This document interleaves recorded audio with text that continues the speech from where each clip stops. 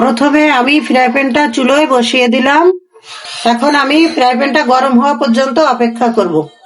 পটলগুলো ধুয়ে নিয়েছি, ধুয়ে পটলগুলো ছিলে কেটে নিয়েছি। এখন আমি পটলগুলো দিয়ে দিয়েছি কিছুটা হলুদ।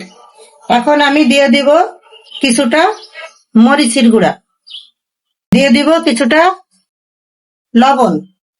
গাইস, আমার বলটা ছোট হয়ে গেছে। আমি এখন এই ট্রেটায় নেব, নিয়ে আমি সুন্দর করে পটলগুলো হলুদ, লবণ, মরিচের গুঁড়া একসঙ্গে মাখিয়ে নেব।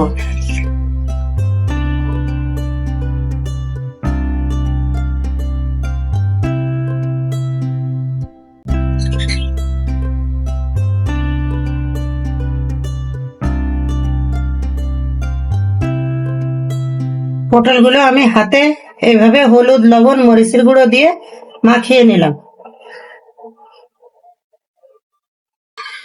গাইস, আমার ফ্রাই প্যানটা গরম হয়ে গেছে। এখন আমি ফ্রাই প্যানে দিয়ে দিব রাঁধুনি সরিষার তেল। সরিষার তেল দিয়ে আমি পটলগুলো ভাজি করে নেব। তেল গরম হওয়া পর্যন্ত আমি অপেক্ষা করব। গাইস, আমি যে সরিষার তেল দিয়েছিলাম, এখন সেই তেলটা গরম হয়ে গেছে।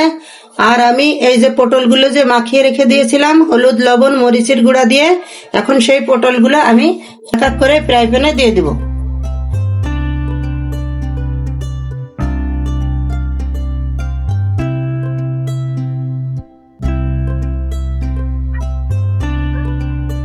পটলগুলো ফ্রাই প্যানে দিয়ে দিছি, অপেক্ষা করব 1 পিঠ ভাজা হওয়া পর্যন্ত। এখন আমি দেখবো এই পাশটা হয়েছে নাকি। যদি হয় তাহলে আমি উল্টোই দেব। হ্যাঁ, কিছু হয়েছে। এখন আমি আস্তে আস্তে উল্টোই দিব পটল ভাজাগুলো।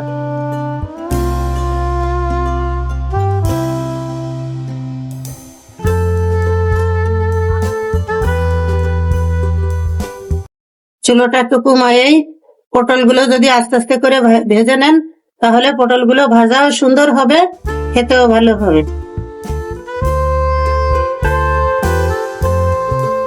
পটলগুলো আমি এক এক করে উল্টোই দিলাম। এখন আবারও 1 পিঠ হয়েছে, আর 1 পিঠ হওয়া পর্যন্ত অপেক্ষা করব।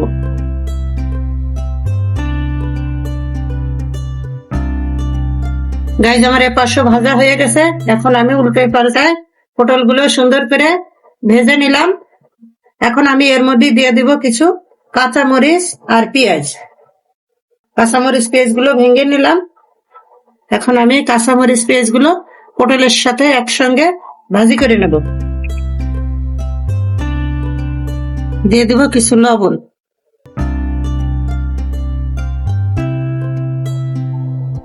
কাঁচামরিচ, পেঁয়াজ আমি পটলের সঙ্গে একসঙ্গে ভাজি করব। পটলও ভাজা হয়ে যাবে, কাঁচামরিচ, পেঁয়াজও ভাজা হয়ে যাবে।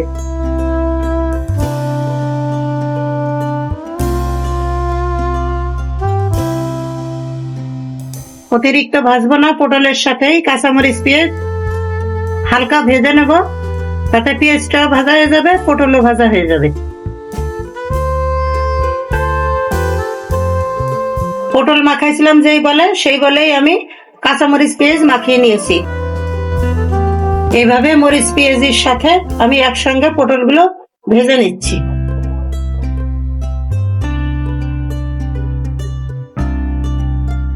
গাইস, পটল ভাজা তো সবাই জানে কম বেশি, কিন্তু নতুন রাঁধুনি যারা, তারা যদি আমার এই টিপসটা ফলো করে, অবশ্যই এইভাবেই যদি পটল ভাজি করে খায়, অনেক স্বাদ হবে।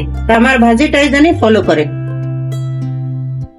নতুন রাঁধুনিদের বলবো, আমার মতো এইভাবে পটল ভাজি করে খেয়ে আমাকে কমেন্ট বক্সে জানাবে পটল ভাজিটা কেমন হয়েছে। আমার পটল ভাজিটা হয়ে গেছে। এখন আমি পটল ভাজিটা পরিবেশন করে আপনাদেরকে দেখাবো।